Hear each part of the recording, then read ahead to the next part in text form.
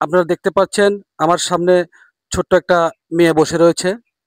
আমরা সারিয়াকান্দি থেকে কালীতলা ঘাট থেকে আমরা এসেছি ডাকাতমারা চরে। এখানে এসে এত রোদ, কোথাও কোনো গাছপালা ছিল না। আমরা প্রায় 7 কিলোর মতো হেঁটে আসার সময় একটা ছোট্ট আপুকে পেয়েছি। তার সঙ্গে গল্প করতে করতে আমরা প্রায় 7 কিলোমিটার রাস্তা চলে আসলাম এক গ্লাস পানি খাওয়ার জন্য। মেয়েটা এতিম, তার বাবা নাই, অনেক ছোট মারা গেছে। ছোট্ট একটা ভাই রয়েছে। এই মেয়েটা যাচ্ছিল মসজিদে নামাজ পড়ার জন্য। হ্যালো সুধী বন্ধুগণ, দেখেন আমরা এসেছি ডাকাতমারা চরে। এখানে আসার পরেই আমি কিছুক্ষণ আগে একটা ব্লগ করেছি একটা ছোট আপুকে নিয়ে। সে আপুদের বাড়িতে এসেছি। দেখেন তারা কিরকম বাড়িতে থাকে। দেখেন আপনারা কত ভালো আছেন, কত সুখে আছেন, কত শান্তিতে আছেন।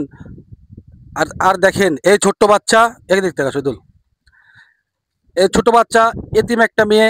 এর বাবা গত 1 বছর আগে মারা গিয়েছে। আর ছোট্ট একটা ভাই রয়েছে। এটা তার আম্মু। অনেক কষ্ট করে তাদের জীবিকা নির্বাহ করতে হয়। আমরা হঠাৎ এখানে পিকনিকের জন্য এসেছিলাম। এসে আমার এই ছোট আপুটার সঙ্গে দেখা হয়ে গেল। আমি যতদূর পেরেছি তাকে সহযোগিতা করেছি। আমি তাদের নাম্বার নিয়ে যাচ্ছি। প্রত্যেক মাসে আমি এই আপুটার জন্য যেটা পারি আমি ইনশাল্লাহ পাঠিয়ে দিব। এবং আমার স্ক্রিনে আমি এদের বিকাশ নাম্বারটা দিয়ে দেব। আপনারা যতদূর সম্ভব তাদের বিকাশ নাম্বারে কিছু সহযোগিতা করার চেষ্টা করবেন।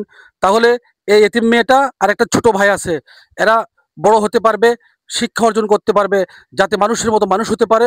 এই জন্য আমরা সবাই অসহায়দের পাশে দাঁড়াবো, এই আশা আপনাদের সবার প্রতি রেখে এই পরিবারের সফলতা কামনা করে আমি বক্তব্য শেষ করলাম।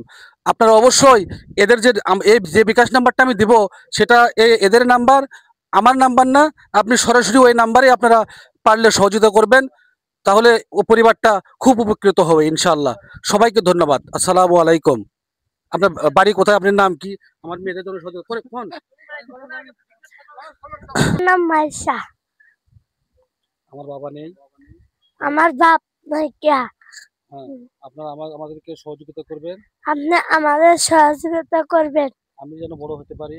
আমি যেন বড় হতে পারি। মায়ের মুখ উজ্জ্বল করতে পারি।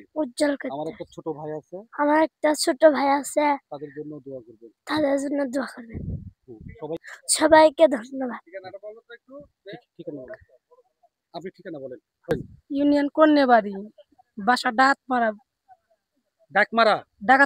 ডাকাতমারা এটা কি কোন থানার ভিতর পড়ে? সারিয়াকান্দি। এটা সারিয়াকান্দি থানার মধ্যে।